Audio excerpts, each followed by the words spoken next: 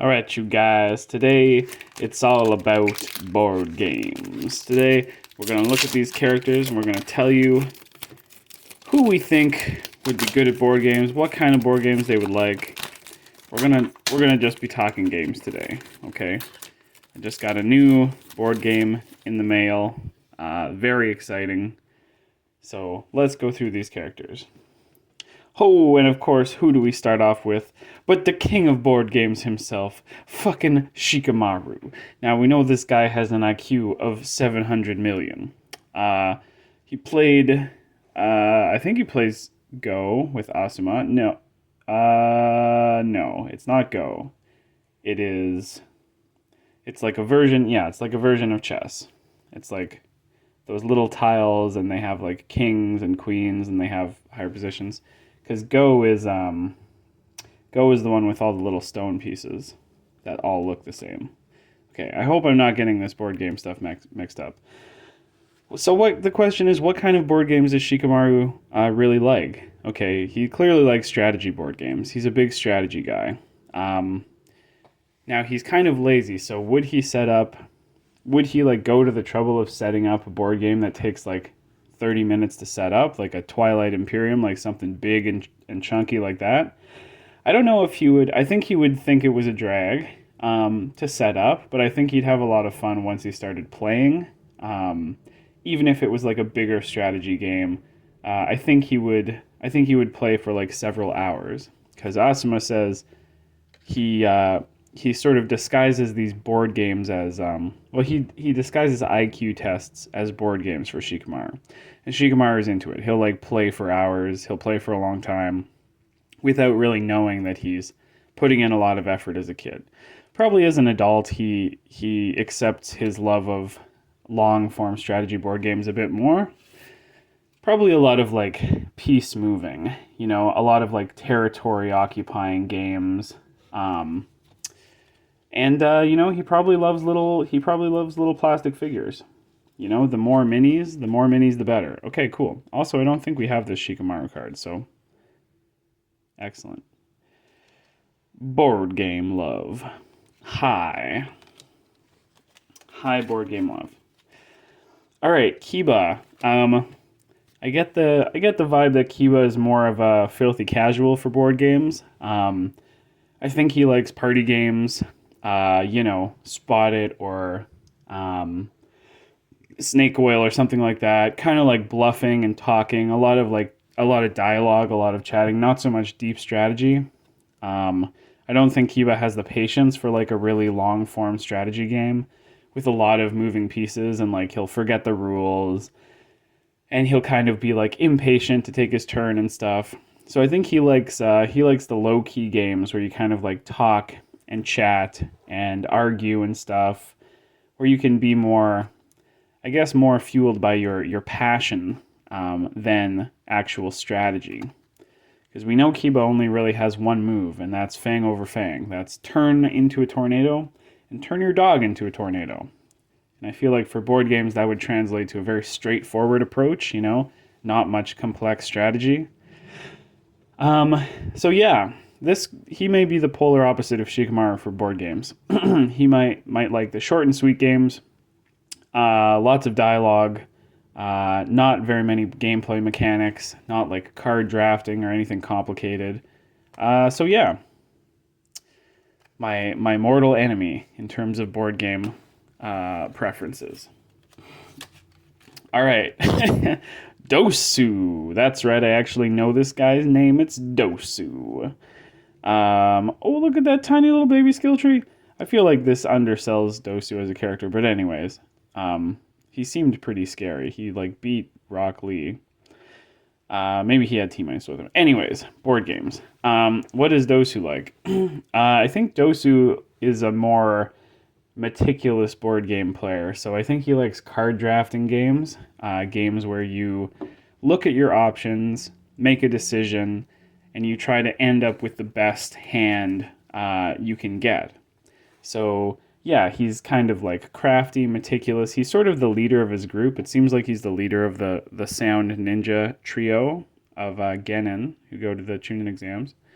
Yeah, so I think he's crafty. And I think he would also like games where you can make bold decisions. So kind of I guess kind of war games would fall into that category where you can make like a bold move. Um, I mean, Risk isn't a very exciting example of this, but like anything where you can kind of go all in. He might like playing Dune. He probably likes playing Dune. Um, we know that Dosu goes all in when he tries to kill Gara. He tries to off Gara, probably the strongest, scariest man who has ever lived. And it doesn't go well for him, but I think as that translates into board games, he would like, yeah, he would like sort of meticulous deck building, crafty board games where you get to make a lot of decisions and consider a lot of different options and also make bold decisions. Rush in there with all your troops. He probably plays Scythe. He probably likes Scythe. Rush in there with your guys. Um, Fight off all of the troops and then kind of like win or lose. He may also like gambling games. He might be a bit of a gambler. That's kind of his style too. All right, cool.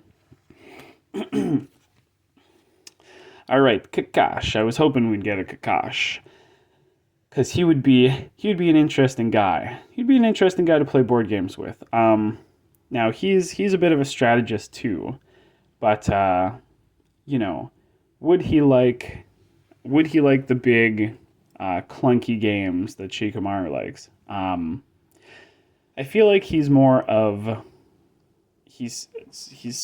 like kind of like those board games where it is like chess. It is simple rules, deep strategy. But I feel like Kakashi would even take it a bit further and like those kind of like artsy games that are like they're very pretty. They're kind of designed to be similar to chess insofar as they have simple rules, deep strategy, but the board will look like a flower or something. It's very like aesthetically pleasing. Part of it is set up to just look like art. Um, would he play mahjong? I think mahjong has a lot of aesthetic elements to it. It's very pretty. Like you set it up in a certain shape. A lot of it is just about the way the tiles look and where you take the tiles from in certain places, even though it doesn't matter and it's kind of all random. I feel like he would like that. It's a good combination of sort of some strategy, aesthetic qualities, and uh, and just a fast-paced game because Kakashi's a fast thinker. I feel like he could make snap-second, decisions, um, minute by minute. So yeah, I think he probably likes games like that. I bet he doesn't get a lot of time to play board games, but I think he would definitely enjoy it, and he'd definitely be very good at it. Cool. All right, there he is. And finally, our transparent card for today is Hinata, a beautiful Hinata card. These lovely sparkles and flowers on it. We don't have this one. This is a great little early days Hinata with the little finger pose, putting the fingers together. Very shy. Um, what does Hinata like? Hinata probably likes those games like Dixit, where you get to know people. How well you do in the game is dependent on how well you know the other players. So kind of like those casual games, which is more centered around interconnectedness between people. Like how well do you know them? Hinata probably plays personality guess who. She does these games where you use your knowledge of the other person. So she's probably very close with her teammates, Kiba, Shino. Yeah, she's probably played some board games like that. Um, Maybe what's that other one with the spy code words? Probably plays a bit of that. Um, yeah, I guess the question is, would she get to play a board game with her love interest Naruto? Would they be able to play a board game together? Hopefully, when they do eventually get married, they have some board game age in their life.